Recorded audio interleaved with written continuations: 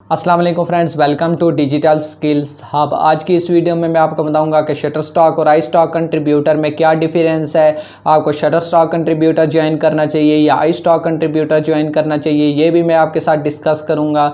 तो बगैर time waste किए वीडियो को स्टार्ट करते हैं। सबसे जो नंबर 1 डिफरेंस है वो है लाइब्रेरी का, यानी कि कितना कंटेंट जो है वो इन पर मौजूद है। शटरस्टॉक पर जो है वो बहुत ज़्यादा कंटेंट जो है वो अवेलेबल है। इनके कंटेंट में बहुत सी वैरायटी मौजूद है। ना सिर्फ इनका कंटेंट ज़्यादा है बल्कि इनके कंटेंट में क्वालिटी भी बहुत ज़्यादा है। ये क्वालिटी पर भी शटरस्टॉक जो है वो कॉम्प्रोमाइज़ नहीं करता। जब इनका कंटेंट ज़्यादा है तो ऑब्वियस सी बात है इनके कस्टमर जो हैं वो भी बहुत ज़्यादा हैं as compare to other stock websites. लेकिन अगर iStock की बात की जाए तो उसमें जो है content as compare to Shutterstock कम है, इसलिए उनके कस्टमर भी जो हैं वो भी कम है एज़ कम्पेयर टू शटरस्टॉक। अब बात की जाए कि इन दोनों में कौन सी एक्सक्लूसिव वेबसाइट है और कौन सी नॉन एक्सक्लूसिव है। शटरस्टॉक जो है वो एक नॉन एक्सक्लूसिव वेबसाइट है, यानी कि आप शटरस्टॉक का कंटेंट जो है वो आप दूसरी वेबसाइट्स पर भी अपलोड कर सकते हैं। यानी कि आप शटरस्टॉक पर भी अपलोड करें, साथ आप किसी और स्टॉक वेबसाइट पर भी अपलोड कर सकते हैं। लेकिन इसके बरक्स अगर iStock की बात करें तो उसमें आप एक्सक्लूसिव कंटेंट भी डाल सकते हैं और नॉन एक्सक्लूसिव भी। गेटी इमेज ने जो है वो iStock को परचेज़ कर लिया था, इसलिए iStock पर जो कंटेंट होता है वो नॉन एक्सक्लूसिव होता है। यानी कि iStock पर जो आप कंटेंट अपलोड करेंगे वो जो है आप किसी भी स्टॉक वेबसाइट पर यूज़ कर सकते हैं। लेकिन गेटी इमेज में जो है वो सिर्फ आप एक्सक्लूसिव कंटेंट जो है वो अपलोड कर सकते हैं। यानी कि गेटी इमेज में सिर्फ जो है आपको एक्सक्लूसिव कंटेंट अपलोड करना है, यानी कि वो कंटेंट जो है आपका किसी और स्टॉक वेबसाइट पर यूज़ नहीं होना चाहिए। अगर आप जो कंटेंट गेटी इमेज पर अपलोड कर रहे हैं तो वो आपको शटरस्टॉक पर अपलोड नहीं करना पड़ेगा, क्योंकि ये एक्सक्लूसिव वेबसाइट है, ये अलाउ नहीं करती कि आप अपना कंटेंट जो है वो दूसरी स्टॉक वेबसाइट्स पर अपलोड करें। इसके अलावा मिनिमम पे आउट की बात करें तो शटरस्टॉक का जो मिनिमम पे आउट है वो है $35 का, यानी कि बहुत कम मिनिमम पे आउट है। आप इससे इजीली स्टार्ट ले सकते हैं। और iStock में जो है मिनिमम पे आउट $100 का है, यानी कि जब तक आपके $100 नहीं होंगे आप विड्रॉ नहीं कर सकते। अब शटरस्टॉक जो है एक डाउनलोड पर कितना पे करता है। शटरस्टॉक जो है ज़्यादातर जो है वो 10 सेंट्स पे करता है। इसके अलावा अगर ऑन डिमांड हो तो उसमें वो $4, $5 या इससे भी ज़्यादा का जो है वो पे करता है। लेकिन ज़्यादातर जो है वो 10 सेंट्स पे करता है। 10 सेंट से कम जो है वो शटरस्टॉक एक डाउनलोड पर पे नहीं करता। लेकिन इसके बरक्स अगर iStock की बात की जाए तो वहाँ आपकी एक डाउनलोड जो है वो 1 सेंट की भी हो सकती है। यानी कि शटरस्टॉक में आपकी 10 सेंट्स मिनिमम है, लेकिन iStock में आपकी 1 सेंट की भी हो सकती है, 4 की भी हो सकती है, 5 सेंट की भी हो सकती है।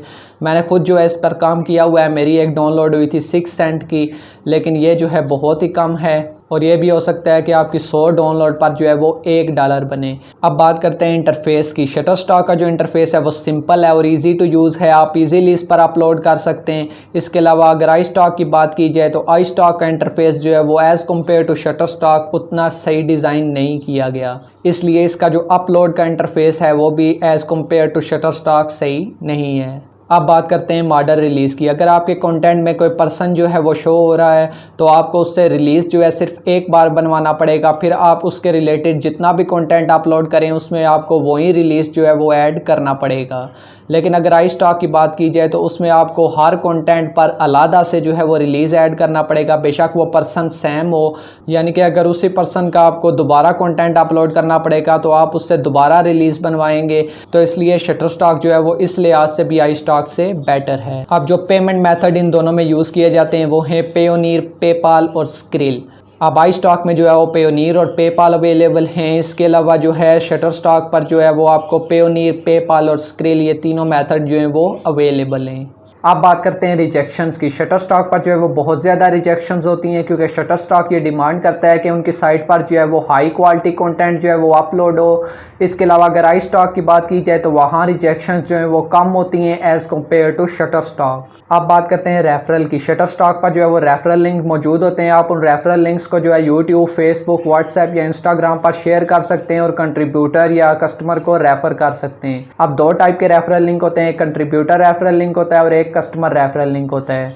अगर आपके कंट्रीब्यूटर लिंक से अगर कोई ज्वाइन करेगा तो जैसे ही वो कंटेंट अपलोड करेगा, अगर उसका कंटेंट डाउनलोड होगा तो उससे आपको अर्निंग होगी। इसके अलावा अगर कोई कस्टमर ज्वाइन करेगा तो वो जैसे ही कोई परचेजिंग करेगा तो उससे भी आपको अर्निंग होगी। अब मेरा जो रेफरल लिंक है वो ऊपर ही अटैच है, आप ज्वाइन कर सकते हैं। तो अब बात करते हैं मेरे फाइनल थॉट्स क्या हैं कि आपको शटर स्टॉक ज्वाइन करना चाहिए या आई स्टॉक ज्वाइन करना चाहिए। तो मैं आपको रिकमेंड करूंगा कि आप शटर स्टॉक ज्वाइन करें, क्योंकि शटर स्टॉक जो है वो इजी टू यूज़ है, उसमें आप इजीली अपलोड कर सकते हैं। उसमें रिजेक्शंस होती हैं लेकिन उनके भी सोल्यूशन है, वो भी मेरे चैनल पर मौजूद हैं, आप देख सकते हैं। इसके अलावा शटर स्टॉक पर जो है वो कंप्लीट प्ले लिस्ट मौजूद है, आप मेरे चैनल पर विजिट करके प्ले लिस्ट के सेक्शन में जाके वो कंप्लीट प्ले लिस्ट आप देख सकते हैं। अब आई स्टॉक को मैं क्यों नहीं रिकमेंड कर रहा, क्योंकि आई स्टॉक का इंटरफेस जो है वो as compare to Shutterstock वो सही नहीं है। इसके अलावा शटर स्टॉक पर जो है वो अर्निंग भी ज़्यादा होती है। इसी तरह शटर स्टॉक पर लेवल्स भी होते हैं, लेवल से भी आपकी अर्निंग जो है इंक्रीज़ होती है। जैसे ही आपका लेवल अप होता है आपकी अर्निंग इंक्रीज़ होती है।